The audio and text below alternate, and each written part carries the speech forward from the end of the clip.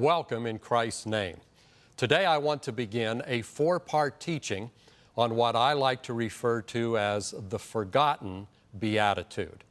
It's recorded for us in the Gospel according to Luke, the 7th chapter, verse 20 and then verses 20 and 23. When the men came to Jesus, they said, "John the Baptist has sent us to you to ask, 'Are you the expected one, or do we look for someone else?' And Jesus answered and said to them, 'Go and report to John what you have seen and heard. The blind receive sight, the lame walk, the lepers are cleansed, and the deaf hear. The dead are raised up, the poor have the gospel preached to them. Blessed is he who does not take offense at me.'" What do you do when God fails to meet your expectations?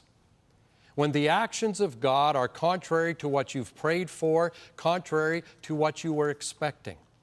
And how do you feel? And what questions arise in your soul when it appears like evil is winning the day? At some point, every believer has to address those issues. After all, the prophet that Jesus referred to as the greatest of all prophets, the forerunner of the Messiah, John the Baptist, had to address questions like that. The fact that he did so reminds us that even bold disciples with strong faith and powerful experiences will sometimes deal with doubt. John was certainly bold. He preached a message that would ultimately cost him his life. He was courageous in the Spirit, and he had witnessed miraculous signs at the baptism of the Messiah.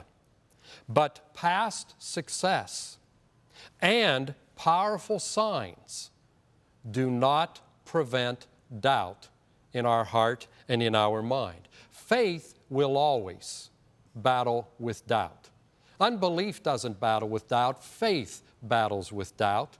And I'd like to suggest bold faith will likely battle with even more doubt precisely because of its levels of engagement and passion and how seriously it takes the things of God.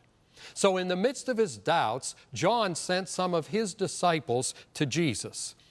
And when they spoke to Jesus, they said, "Should we look for another? Do we have the right one?" Now, they were referring to themselves and to their master, John. But I like to think that their question was really a class action. They were speaking for all of us when they said we. And something that we often overlook, that I think this passage affirms to us, is that doubts are often God's messengers to the honest soul. They're not always negative. They're the knock at the door of things that we have misunderstood but need to understand. Doubt is what you will initially experience when your misconceptions about God and life and yourself run headlong into God's truth. You might say doubting is for those who are really paying attention. Those strident voices that condemn all doubt in the name of overcoming faith sometimes unwittingly do the work of the accuser.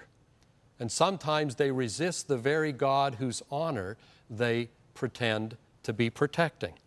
You see, the truth is, doubt almost always precedes deeper understanding. When God has something new to show to you, doubt is often his way of getting your attention. Doubt announces that God is at the door. So doubts are sometimes important, but even more important is what we do with them. Fortunately for John, when he had doubts about Jesus, he went directly to Jesus. He didn't seek other opinions. He didn't rely upon the disillusioned. He didn't rely upon the unbelieving. He took his question directly to Jesus. And it's a reminder to us that we'll always get our best answers from Jesus. I know that sounds incredibly obvious, a real duh kind of moment, but think about it.